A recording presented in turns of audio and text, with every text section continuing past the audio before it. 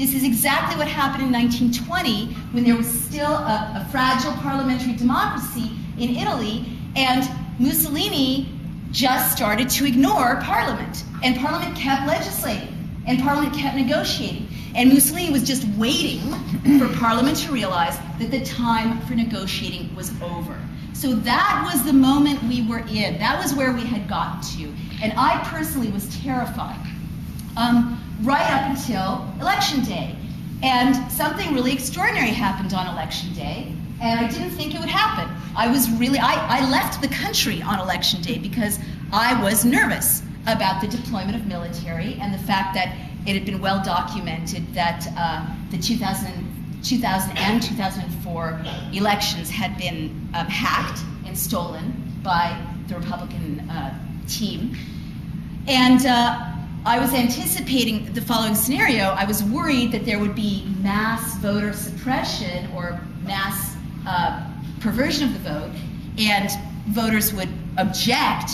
And since the mandate of the 1st Brigade, 3rd Infantry Division, was crowd control and subduing unruly individuals, I was afraid there would be some sort of provocation. History is full of these moments, which would result in some kind of radical suspension of a peaceful transition of power.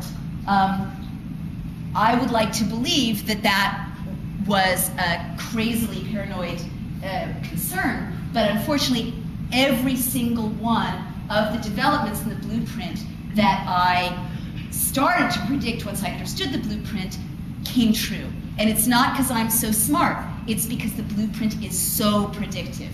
When you see this kind of legislation, 6 months later, you can see that. When they start to create the legislation that redefines dissent as terrorism, 6 months later, you're going to see people who look like someone at the heart of civil society being prosecuted as a terrorist. So what happened last November was amazing.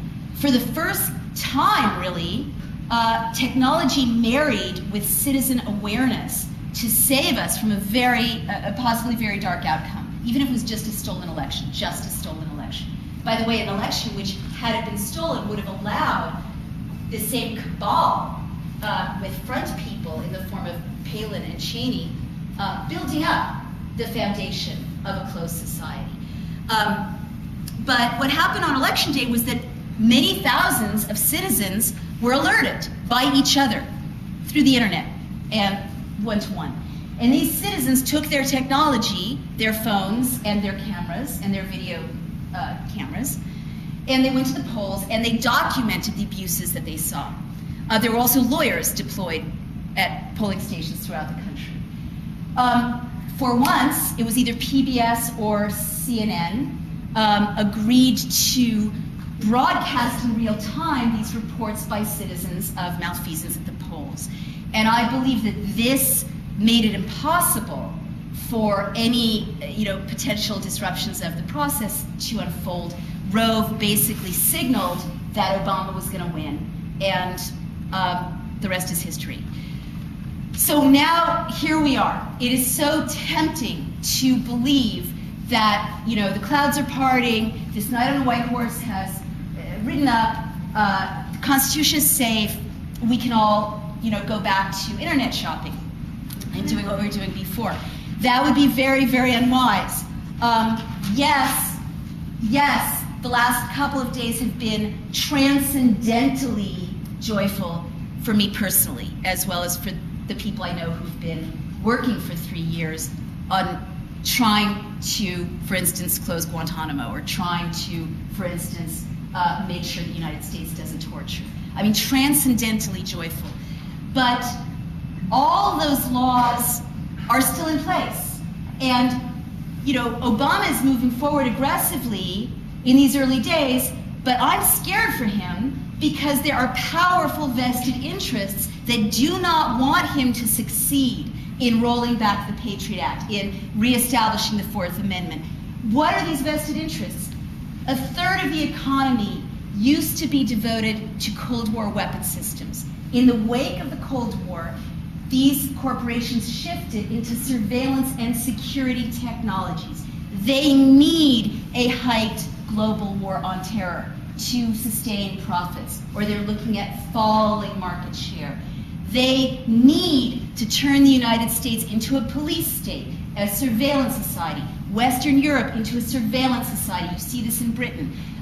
Wall Street is trading on the profits to be made in having in the technologies that China uses to sustain itself as a surveillance state, an authoritarian regime.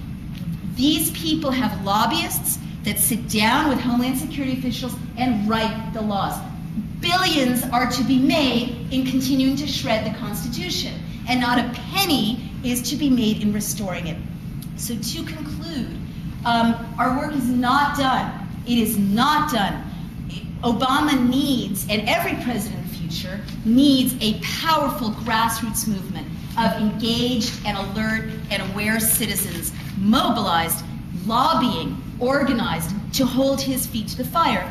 Because I watched this close up in 2 presidential campaigns. No president has the power to say to vested interests, I'm going to do it my way.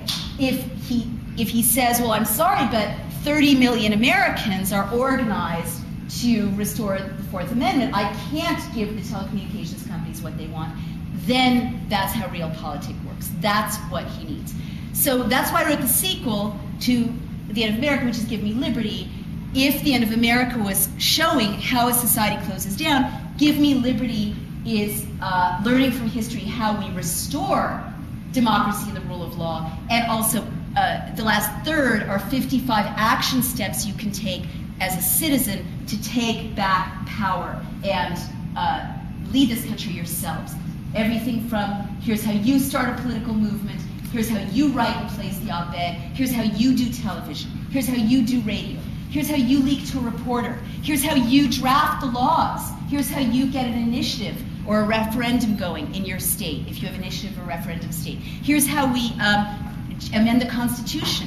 Here's how we fundraise, start your own nonprofit, and so on. So I'm just going to conclude by saying apart from restoring what is left that we need to do, which I'm grateful to have Marjorie and her colleagues at the National Lawyers Guild to continue to mentor me as I try to communicate this to my audience as they work with their many constituencies.